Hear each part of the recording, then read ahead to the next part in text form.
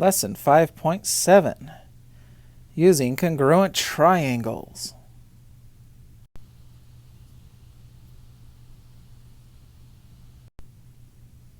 By definition of congruent triangles, we know the corresponding parts have to be congruent. That's what it means. So, well, that's a lot of stuff to write in your notes. So, if two things are congruent, they're exactly the same, and all the corresponding parts have to be exactly the same.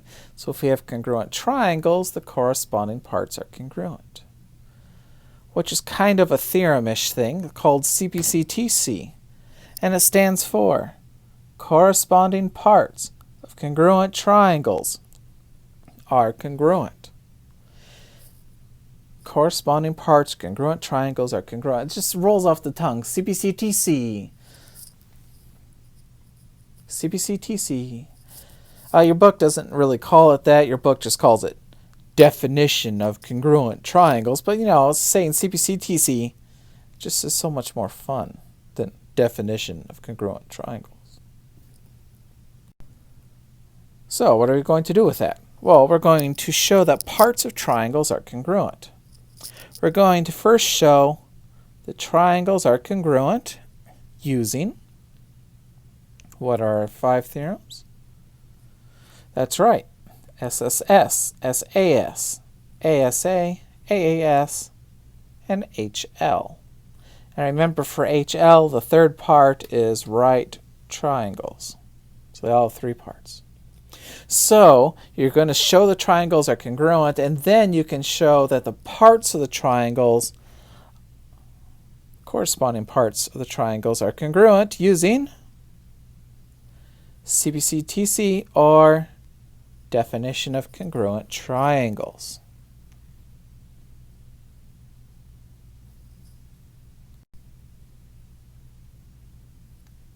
So let's write a plan for a proof. So that means we're not actually writing the full proof. To show these triangles are, to show that these angles are congruent. Well, what could we do?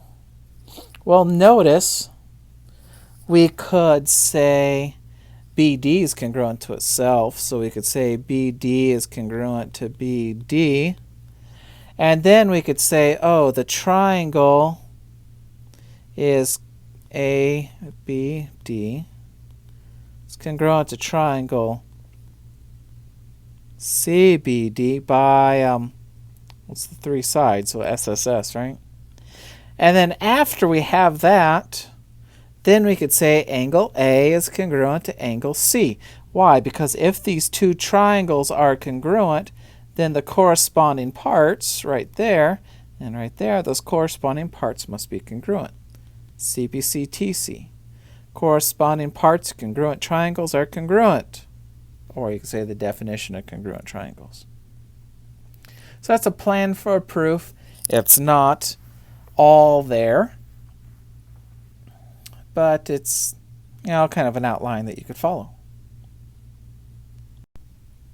So I know you want to. Let's just write a full proof. So I need statements, and I need reasons. And your first step, of course, is that's right, the given. AB is congruent to DE, and AB is parallel to DE. I'm going to prove C is the midpoint. Well, what could we do? Well, if we have parallel lines, the alternate interior angles right there would be congruent.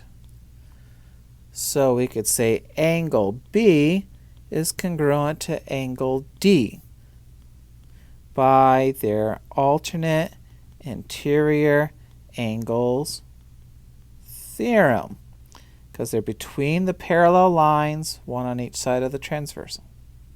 Oh, but wait. Angle A and angle E are also alternate interior angles.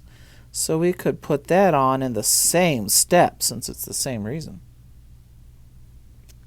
And now, hey, to me it looks like we have three parts of the triangles congruent. We have the two angles and that side. So we have an angle, a side, and an angle. So we could say triangle A, B, C is congruent to, all right, let's be careful. What letter goes with the A is E. Which angle goes with the B is D, C. And we said that was angle, side, angle. All right, now that we have the triangles congruent, if I want C to be the midpoint of AB, wow, it can't. This has to be AE. Sorry. Copied the problem wrong, apparently. All right, so C would be the midpoint of AE. I would then want to show that those two segments are congruent. So we'd have to have AC is congruent to CE. But how do we know that? Well, if the two triangles are already congruent, which we had in step 3, then their parts are congruent. So those segments are congruent because of CPCTC. Corresponding parts of congruent triangles are congruent. CPCTC.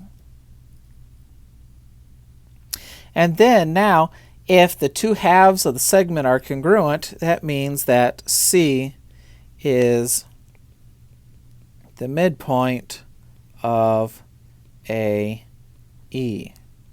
How do we know? The definition of